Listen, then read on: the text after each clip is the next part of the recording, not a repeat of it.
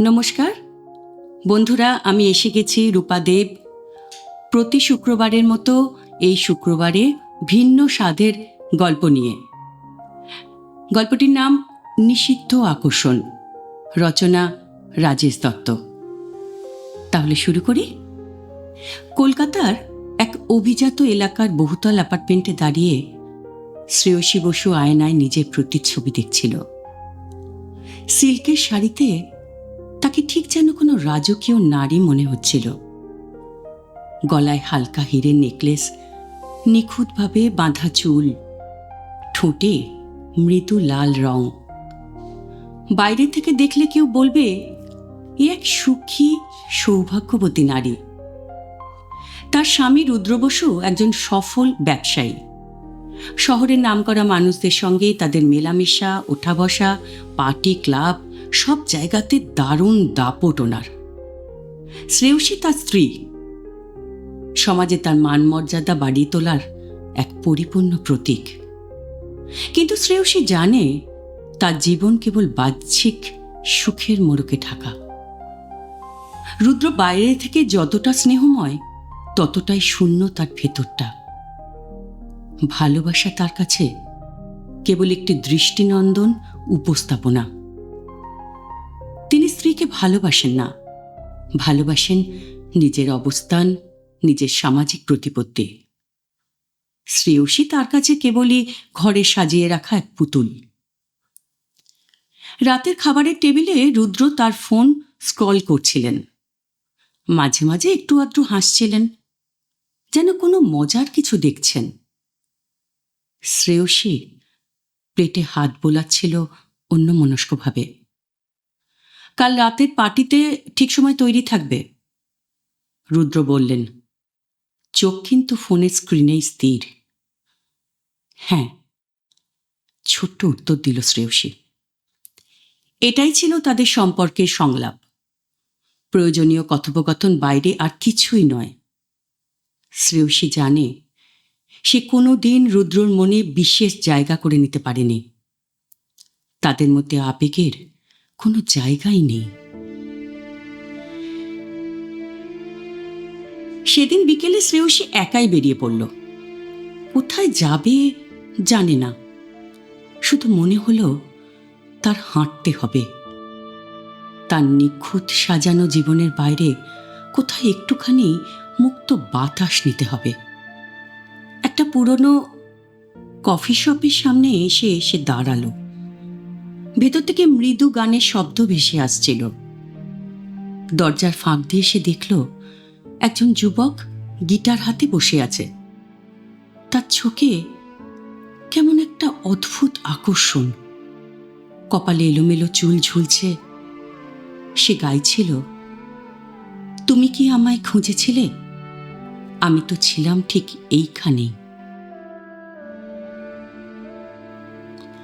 শ্রেয়সী থমকে দাঁড়ালো। কেমন যেন একটা অদ্ভুত অনুভূতি হচ্ছিল তার ভেতর। এই গান যেন কোথাও তার শূন্যতার সাথে মিশে যাচ্ছে। শ্রেয়সী ক্যাফের দরজার পাশে দাঁড়িয়ে রইল। গান শেষ হবার পরও তার পা এগোলো না। ছেলেটি এখনো চোখ বন্ধ করে বসে আছে, যেন সুরের ভেতরেই কোথাও ডুবে আছে। হঠাৎই ছেলেটি চোখ খুলল, সরাসরি তাকালো শ্রেয়সীর দিকে। আপনি গানটা খুব মনোযোগ দিয়ে শুনছিলেন, তাই না?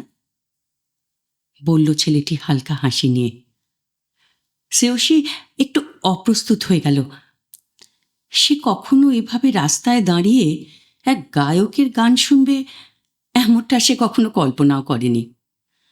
উত্তর দিল, হ্যাঁ, সুন্দর ছিল। ছেলেটি গিটারের তারে আলতো করে আঙুল চালিয়ে বলল,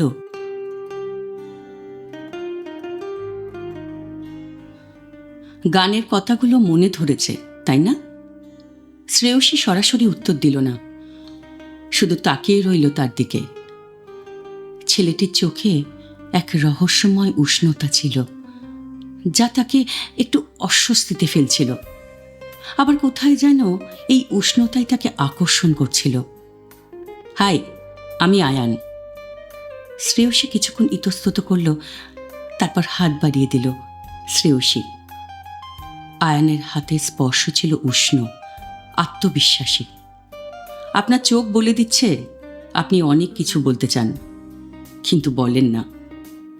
শ্রেয়সী হতভম্ব হয়ে গেল। এত সহজেই কেউ তাকে পড়ে ফেলতে পারে সে নিজেও ঠিকঠাক বোঝে না, আর এই ছেলেটা প্রথম দেখাতেই তার ভেতরের অস্থিরতাকে ধরে ফেলল। শ্রেয়সী প্রসঙ্গ বদলাতে চাইল। আপনি গান লেখেন? হ্যাঁ, যা অনুভব করি তাই লিখি। তাহলে অনেক অনুভব আছে বলুন আপনার। হয়তো আছে, হয়তো নেই। আয়ান কাঁধ ঝাঁকালো। কিন্তু আপনার চোখ দেখে মনে হলো এই গান আপনার জন্যই লেখা হয়েছিল। শ্রেয়সী এবার কোনো উত্তর দিল না। সে জানত এই কথার কোনো সহজ উত্তর নেই। সেদিন বাড়ি ফিরে এসে শ্রেয়সী আয়নার সামনে দাঁড়িয়ে নিজের প্রতিচ্ছবি দেখল। সে কি সত্যিই সুখী, নাকি শুধুই সুখী থাকার অভিনয় করছে? তার মনে বারবার আয়ানের কথাগুলো ঘুরপাক খাচ্ছিল। পরের কিছুদিন শ্রেয়সী ইচ্ছে করে ক্যাফের সামনে দিয়ে হাঁটত। সে নিজেকেই বোঝাতে চাইতো সে কেবল ওই গানটা আবার শুনতে চায়, কিন্তু ভেতরে ভেতরে সে জানতো সে আরেকবার আয়নের সঙ্গে দেখা করতে চায়। একদিন বিকেলে ঠিক আগের জায়গাটিতে আয়নকে দেখতে পেল। আজ সে অন্য গান গাইছিল, কিন্তু গলায় সেই একই আবেগ, একই টান। গান শেষ হলে আয়ান হেসে বলল, আপনি আবার এলেন? শ্রেয়সী হাসল। হয়তো গানটা শুনতে ভালো লেগেছিল তাই। হয়তো না, নিশ্চয়ই।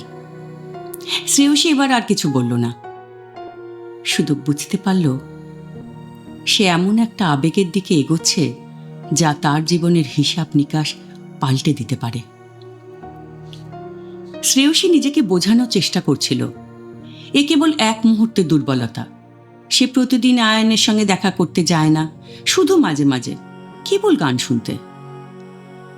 কিন্তু সত্যিটা সে নিজেও জানত, এই দেখা হওয়ার পেছনে এক গভীর আকর্ষণ আছে। আয়নের চোখে সেই উষ্ণতা, তার নির্লিপ্ত হাসি, গানের কথায় লুকিয়ে থাকা কতগুলো অনুভূতি, এগুলি যেন শ্রেয়সীর পায়ে শিকল পরিয়ে দিচ্ছে।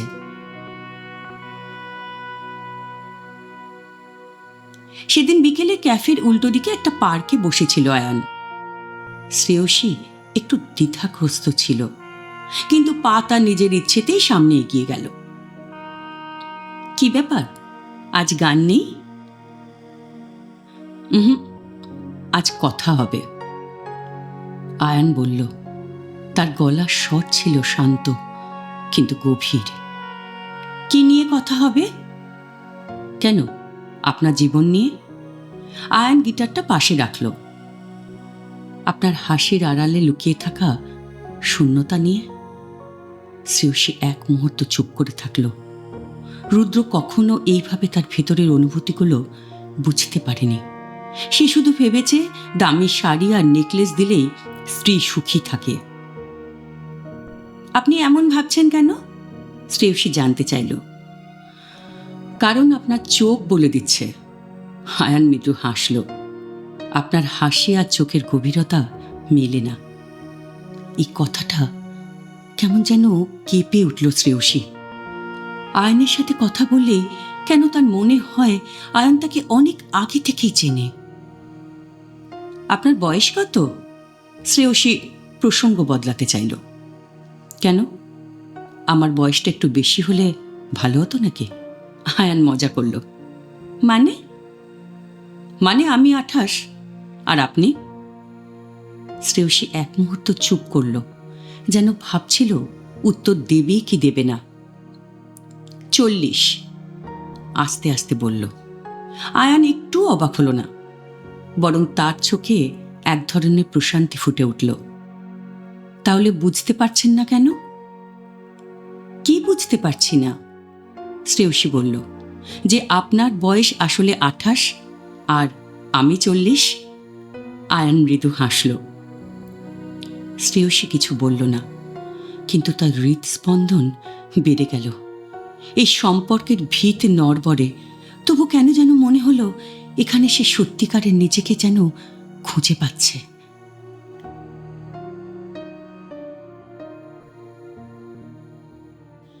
পরের কদিন শ্রেয়সীর জীবন আগের মতোই চলল, কিন্তু কোথাও যেন একটা পরিবর্তন এসে গিয়েছিল। আয়নের প্রতিটা কথা, প্রতিটা দৃষ্টির আভাস তার মনে স্থায়ী জায়গা করে নিয়েছে। রাতের খাবার টেবিলে বসে রুদ্র বলছিলেন, আগামী সপ্তাহে একটা বিজনেস ট্রিপ আছে, সিঙ্গাপুরে যেতে হবে। শ্রেয়সী চুপ করে শুনছিল। তুমি তো জানো আমার কাজের ব্যস্ততা কেমন, তুমি একা সামলে নিতে পারবে? কি হলো? শ্রেয়সী একটা শুকনো হাসি দিল। আমি তো বরাবরই একা সামলেছি। রুদ্র কথাটা বুঝল না, বুঝলেও পাত্তা দিল না। শ্রেয়সী জানত রুদ্রের অনুপস্থিতি তার কাছে কোনো নতুন বিষয় নয়, কিন্তু এবার ব্যাপারটা একটু আলাদা। রুদ্র সিঙ্গাপুর চলে যাবার পর শ্রেয়সী নিজেকে সময় দেওয়ার চেষ্টা করল। সে আয়ানকে এড়িয়ে চলবে বলেই ঠিক করেছিল, কিন্তু এড়িয়ে চলতে গেলে যেন আরো বেশি তার কথা মনে পড়ে। একদিন বিকেলে আবার ক্যাফের সামনে দিয়ে হাঁটছিল সে। কৌতূহল কি আকর্ষণ সে জানে না, কিন্তু পা তার নিজের ইচ্ছেতেই ক্যাফের দিকে এগিয়ে নিয়ে গেল। আয়ান তখন একা বসেছিল, হাতে গিটার, কিন্তু বাজাচ্ছিল না। তাকে কিরকম ক্লান্ত দেখাচ্ছিল। আজ গান নেই? আয়ান একটু চমকে তাকালো। বলল, কখনো কখনো গানেরও বিশ্রাম দরকার হয়। শ্রেয়সী বলল, তাহলে আজ কি নিয়ে কথা হবে? আয়ান শ্রেয়সীর দিকে তাকালো। আয়ান বলল, আজ আপনার গল্প শুনব। শ্রেয়সী কিছুক্ষণ চুপ করে থাকল। নিজের গল্প সে কারো সঙ্গে ভাগ করে না, এমনকি নিজেকেও বলে না। আমার গল্প খুব সাধারণ, শেষ পর্যন্ত বলল সে। সাধারণ গল্পগুলি সবচেয়ে বেশি না বলা থেকে যায়, জানেন তো? আয়ানের গলার স্বর নরম করল।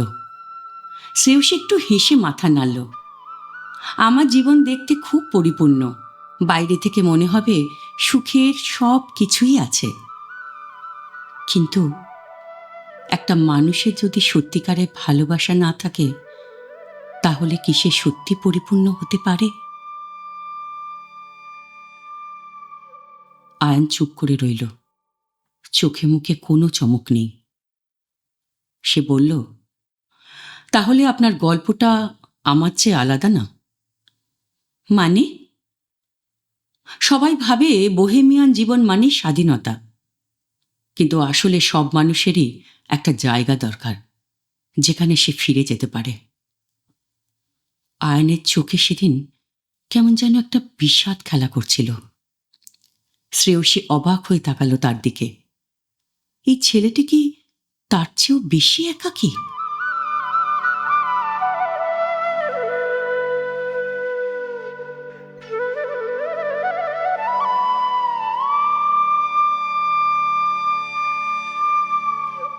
দুজনে বেশ কিছুক্ষণ চুপচাপ বসে রইল। কথা বলার কোনো প্রয়োজন ছিল না, যেন এই নীরবতাই ছিল তাদের একে অপরকে বোঝার সেতু। এখনো তারা প্রেমে পড়েনি, কিন্তু কোথাও একটা অনিবার্য টান অনুভব করছিল দুজনেই।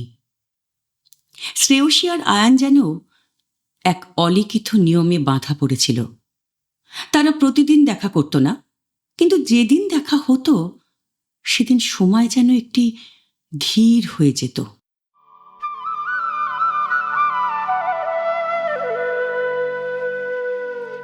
আয়ান কোনো দিন জিজ্ঞাসা করেনি শ্রেয়সী কবে আসবে বা আদৌ আসবে কিনা। সে শুধু গিটার হাতে বসে থাকত। আর যখন শ্রেয়সী হঠাৎ করে হাজির হতো, তখন আয়ানের চোখে এক প্রশান্তির ঝিলিক খেলে যেত। আজকের বিকেলটা একটু অন্যরকম ছিল। শ্রেয়সী আসতেই দেখল আয়ান চুপচাপ বসে আছে, সামনে কফির কাপ রাখা। কি হলো, আজ গান নেই? আয়ান মৃদু হাসল। গান আছে, কিন্তু আজ একটু অন্যরকম কিছু বাজাতে চাই। সে গিটার হাতে তুলে নিল, ধীরে ধীরে সুর তুলল। এই সুরটা শ্রেয়সী আগে শোনেনি, কিন্তু কোথাও যেন মনে হলো এটা তারই গল্প। কেউ জানে না আমি কোথায় যাব, এই পথ কি শেষ হবে নাকি শুরু এখানেই। শ্রেয়সী গায়ে কাঁটা দিয়ে উঠল। এই গানটা নতুন? হ্যাঁ, আয়ন বলল। কিছু গান থাকে যা একেবারেই লেখা হয়, কোনো সংশোধন ছাড়াই। এই গানটা ঠিক সেরকম। তাহলে এটা কার জন্য লেখা? আয়ন একটু থামল, তারপর মৃদুস্বরে বলল, এটা যার জন্য লেখা সে নিজেই বুঝতে পারছে। শ্রেয়সীর বুক ধক করে উঠল। সে জানত সে যদি আরো একবার এই জায়গায় আসে তবে আর পেছনে ফিরতে পারবে না, কিন্তু কেন যেন মনে হচ্ছিল সে আসলে কখনোই পেছনে ফিরতে চায়নি।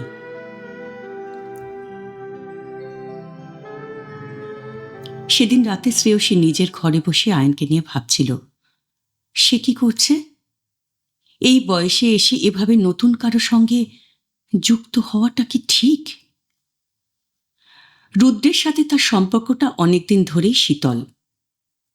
তবুও সে কখনো কল্পনা করেনি যে অন্য কোনো পুরুষের উপস্থিতি তার ভেতরের শূন্যতা এভাবে পূরণ করতে পারে। কিন্তু আয়ন তো কিছু বলেনি, সে তো প্রেম নিবেদন করেনি। তবু শ্রেয়সী জানত এই সম্পর্কের ভিতর একটা অনিবার্য আকর্ষণ আছে, যা সময়ের সঙ্গে সঙ্গে গাঢ় হচ্ছে।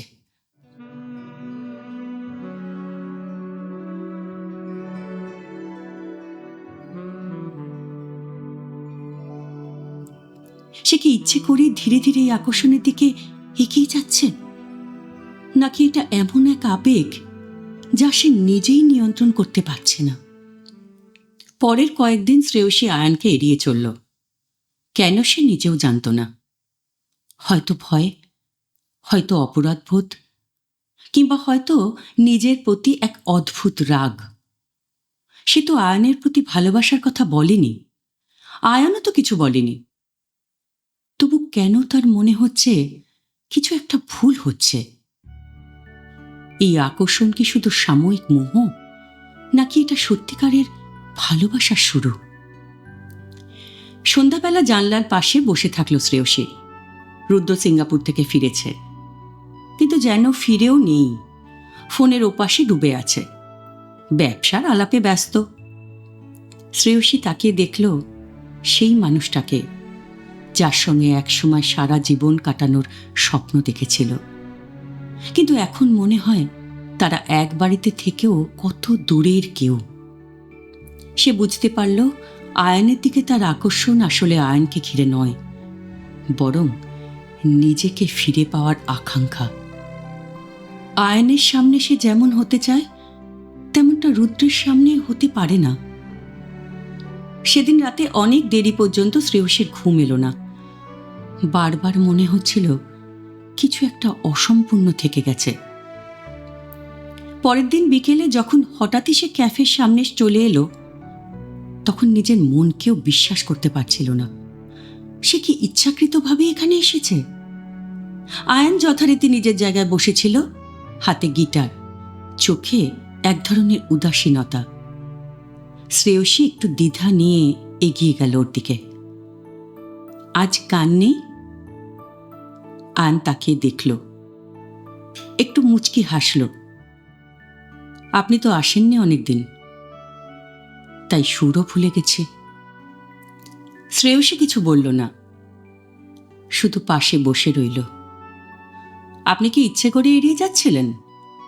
আয়ন সরাসরি প্রশ্ন করল। শ্রেয়সী চমকে গেল। সে কি সত্যি এতটা প্রকাশ্যে ধরা পড়ে গেছে? না, মানে ওই কাজের ব্যস্ততা ছিল একটু। আয়ন হাসল। তাহলে কি আমি ধরে নেব আজ আপনার কোনো ব্যস্ততা নেই? শ্রেয়সী চুপ করল। আয়ন যেন তার ভেতরে সবকিছু পড়ে ফেলছে। আমার মনে হয় আপনি আসলে নিজের কাজে ব্যস্ত, নিজের ভাবনার সঙ্গে লড়াই করছেন, তাই তো? আয়ান হালকা গলায় বলল। শ্রেয়সী চোখ নামিয়ে ফেলল।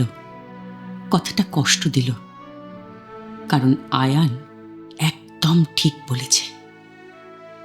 সবকিছু কি এত সহজ আয়ান? কিছু জিনিস সহজ হতে পারে যদি আমরা জটিল করে না তুলি, আয়ান বলল। আমরা?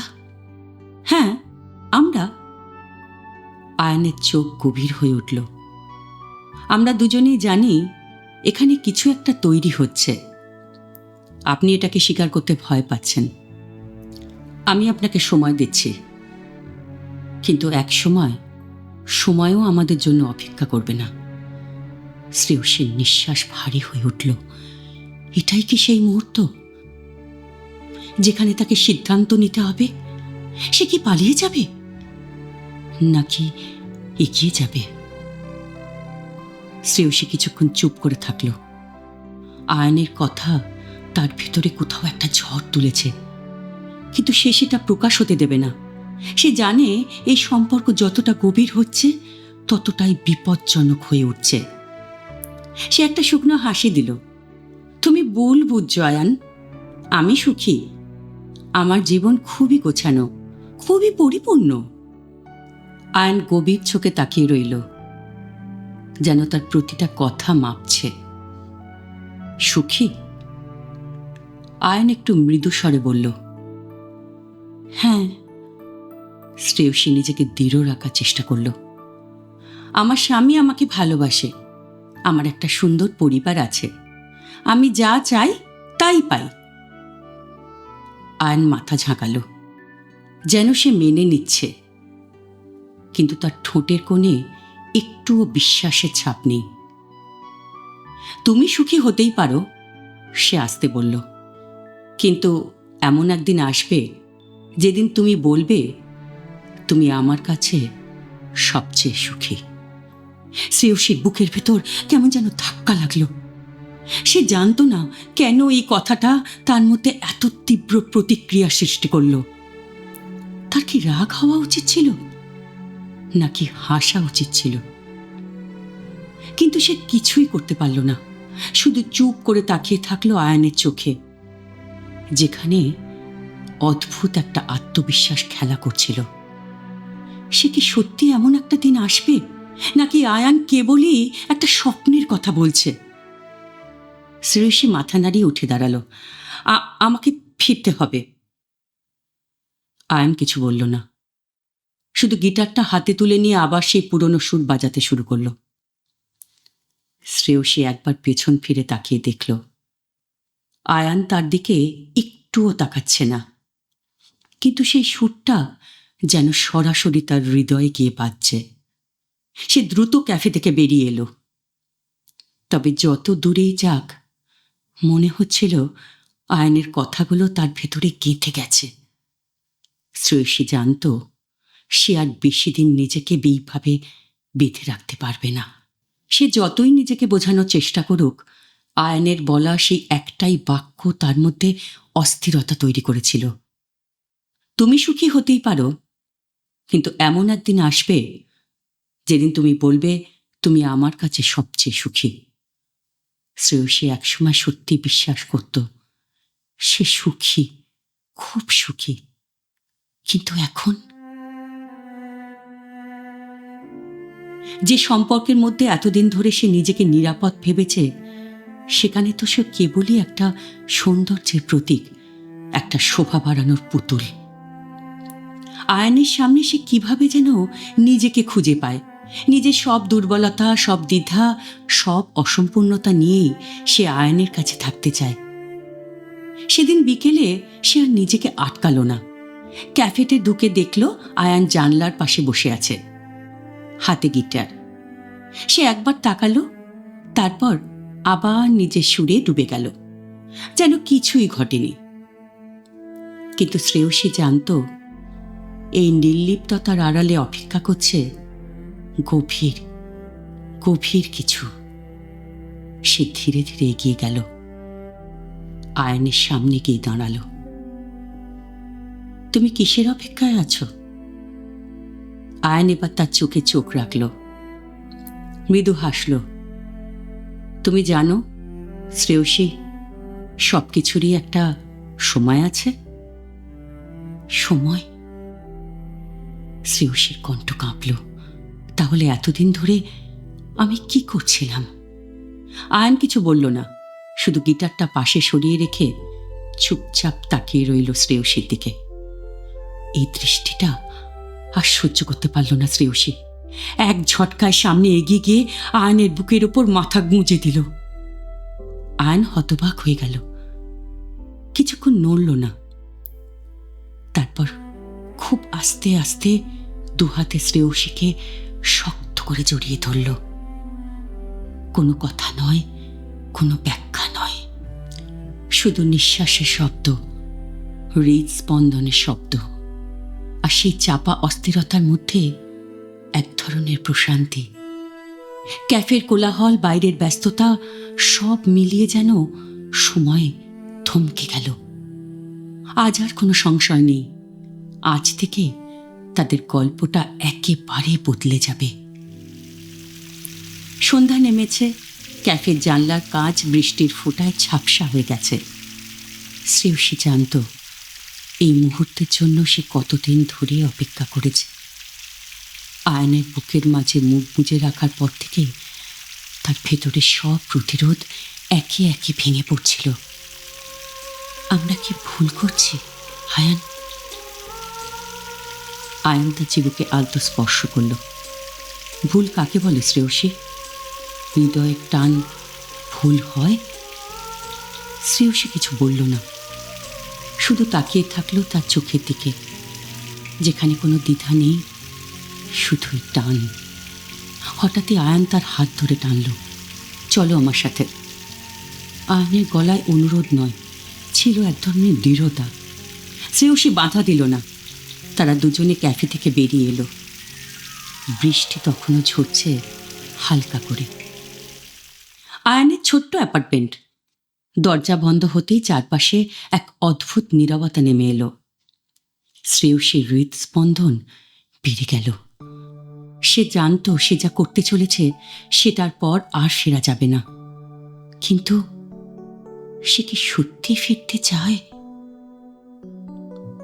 বৃষ্টি পড়ছে থেমে থেমে। জানলার কাছে গড়িয়ে পড়া জলের রেখাগুলো যেন সময়কে ধীরে ধীরে মুছে দিচ্ছে। শ্রেয়সী আয়নের অ্যাপার্টমেন্টে দাঁড়িয়ে আছে। বাইরে শহরের আলো, দূরে কোনো গাড়ির হর্ন শোনা যাচ্ছে, আর রাস্তার ব্যস্ততা। কিন্তু এই ঘরের ভেতরে যেন এক অন্য জগৎ।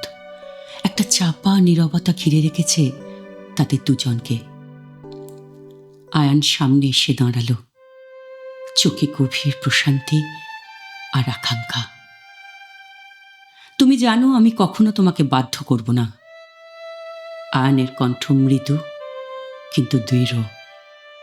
শ্রেয়সী চুপ করে তাকিয়ে রইল। তার ভেতরে অদ্ভুত অস্থিরতা, এক শিহরণ কাজ করছে। সে জানত এই মুহূর্তের জন্য সে কতদিন ধরে অপেক্ষা করেছে। তার জীবন জুড়ে শুধুই ছিল শূন্যতা, ছায়ার মতো অস্তিত্ব। আজ এতদিন পর সে যেন সত্যিকারের জীবনে স্পর্শ পাচ্ছে। সে ধীরে ধীরে হাত বাড়িয়ে আয়নের মুখ ছুঁয়ে দিল। আয়ন একদম স্থির হয়ে গেল, যেন এই ছোঁয়া তার জন্য অপ্রত্যাশিত ছিল। আমি আর লুকিয়ে থাকতে চাই না আয়ান। আয়ান তার দিকে আরেকটু ঝুঁকল। তাহলে থেকো আমার কাছে। শ্রেয়সী এবার আর কোনো দ্বিধা করল না। সে আয়নের বুকে নিজের মাথা গুঁজে দিল, হাত দিয়ে শক্ত করে আঁকড়ে ধরল তাকে, যেন হারিয়ে যাওয়ার ভয় তার আর একেবারে নেই। আয়ান এক মুহূর্ত অপেক্ষা করল, তারপর আলতো করে শ্রেয়সীর কপালে শরীরের প্রতিটি জায়গায় ছড়িয়ে দিল তার ভালোবাসার ছোঁয়া। শ্রেয়সীর শরীর কেঁপে উঠল। এই অনুভূতি, এই উষ্ণতা এতদিন সে যে শুধু কল্পনা করেছে, আজ যে তা বাস্তবে অনুভব করছে। তার ঠোঁট আয়নের ঠোঁটের সাথে মিশে গেল। প্রথমে আস্তে, তারপর এক গভীর আবেগ নিয়ে আয়ানের হাত ধীরে ধীরে তার কোমর জড়িয়ে ধরল, আর শ্রেয়সী নিজেকে হারিয়ে ফেলল সেই আলিঙ্গনে। সন্ধ্যা আরো গভীর হল। বাইরে তখনও বৃষ্টি ঝরছে, কিন্তু ঘরের ভেতরে তার কোনো অস্তিত্ব নেই। শুধু দুজন মানুষ একে অপরের মাঝে হারিয়ে গেছে, সময়ের সব হিসেব ভুলে।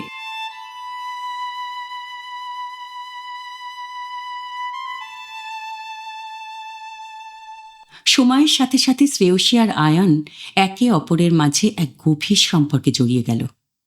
প্রথম দিকে তাদের দেখা হয়েছিল আকস্মিক, তারপর ধীরে ধীরে তা পরিণত হল অভ্যাসে।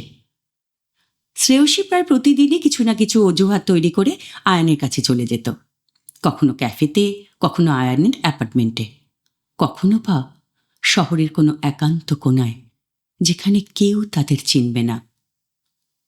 তারা শুধু প্রেম করেনি, একে অপরকে আবিষ্কার করেছে। প্রতিটি শ্বাসে, প্রতিটি স্পর্শে, প্রতিটি চাহনিতে। শ্রেয়সীর কাছে এই সম্পর্ক কেবলই শারীরিক আকর্ষণ ছিল না, ছিল এক ধরনের মুক্তি। আয়ান তাকে সেই রকম ভালোবাসা দিয়েছে যেটা সে এতদিন কেবল গল্পে পড়েছে, সিনেমায় দেখেছে, কিন্তু কখনো অনুভব করেনি। কিন্তু এই সুখ বেশি দিন লুকিয়ে রাখা বোধহয় যাবে না। রুদ্র, শ্রেয়সীর স্বামী, মনে মনে খেয়াল করছিল কিছু বদল ঘটেছে শ্রেয়সীর মধ্যে। শ্রেয়সী যেন আগের মতো নেই। তার চোখে একটা নতুন দীপ্তি, ঠোঁটে চাপা হাসি, তার স্পর্শ যেন এক অন্য অনুভূতি। আর সবচেয়ে গুরুত্বপূর্ণ, সে অনেক সময় নিজের মধ্যে কেমন হারিয়ে যাচ্ছে, গভীর চিন্তায় ডুবে থাকছে।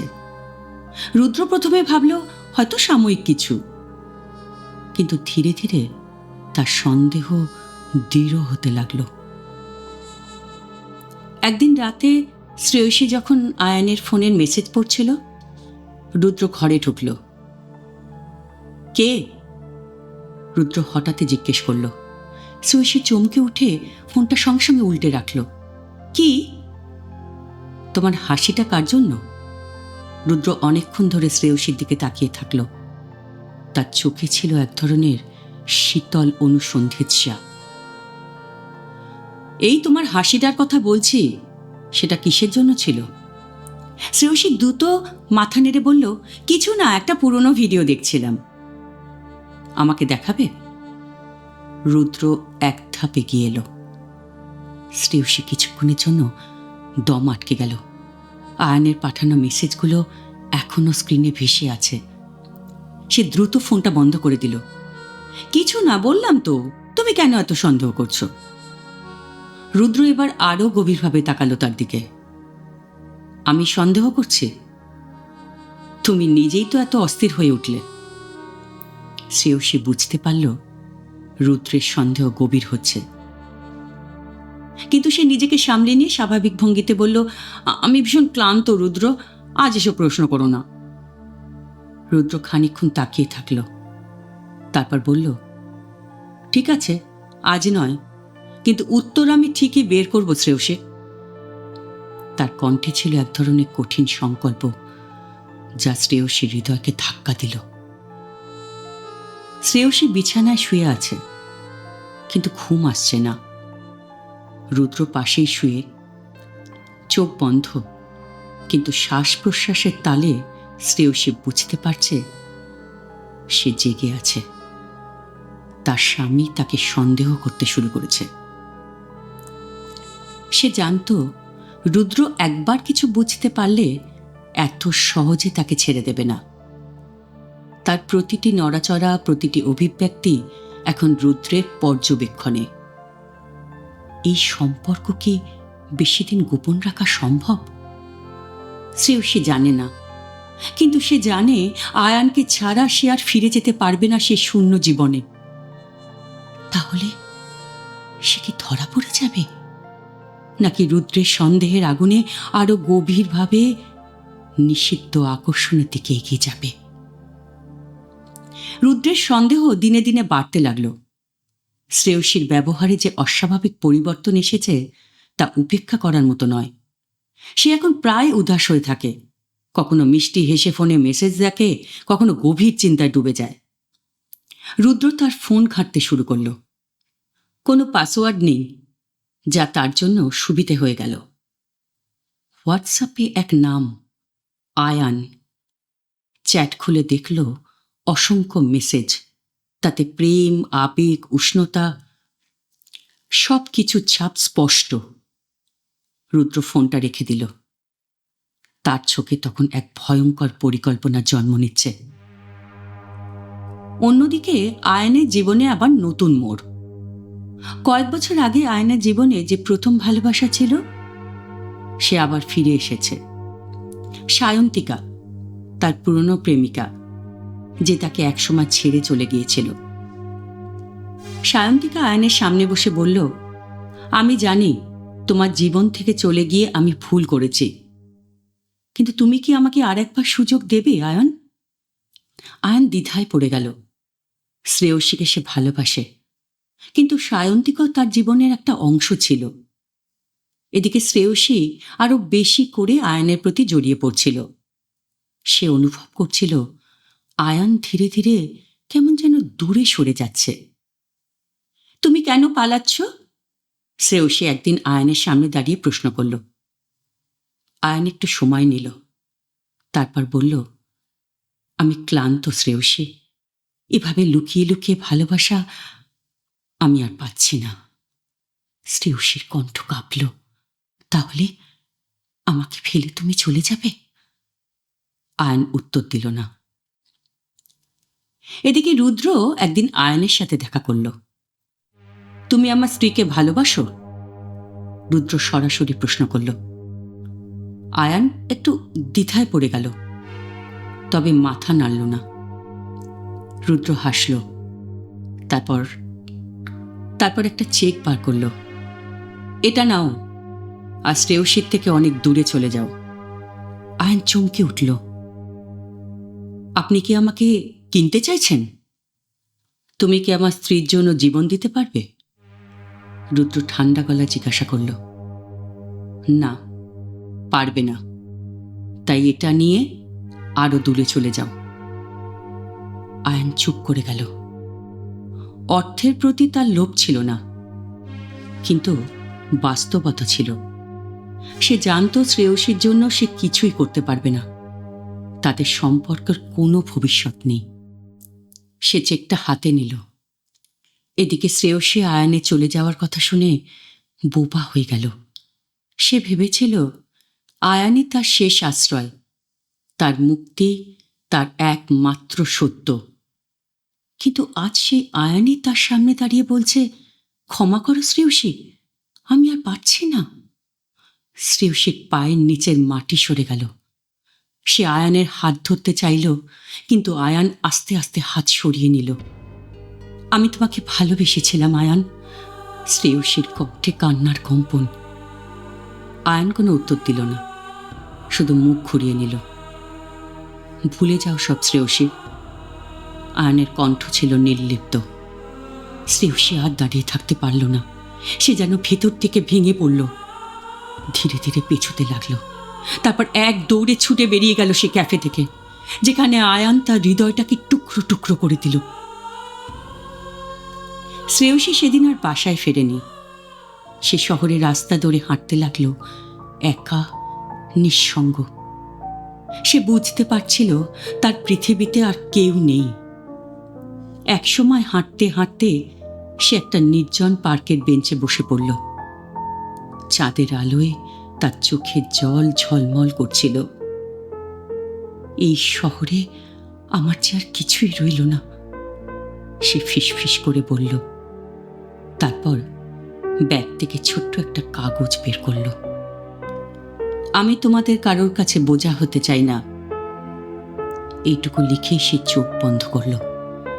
তারপর ধীরে ধীরে ব্যাগ থেকে বের করল একটা ছোট্ট ওষুধের শিশি। সে জানত এই পথের কোনো শেষ নেই। একবার আয়ানের নাম ফিসফিস করে বলল, আয়ান, আয়ান। তারপর 1 ঢোক, 2 ঢোক। চারপাশের আলো ধীরে ধীরে ম্লান হয়ে আসছিল।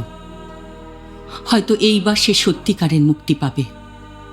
শ্রেয়সীর নিস্তব্ধ দেহটা চাঁদের আলোয় ঠান্ডা হয়ে গেল। হঠাৎ একটা বাতাস এলো, তার শেষ চিঠিটা উড়িয়ে নিয়ে গেল এক অজানার দিকে। শুনলেন আমার গল্প? কমেন্ট বক্সে কিন্তু আপনাদের মতামত জানাতে ভুলবেন না।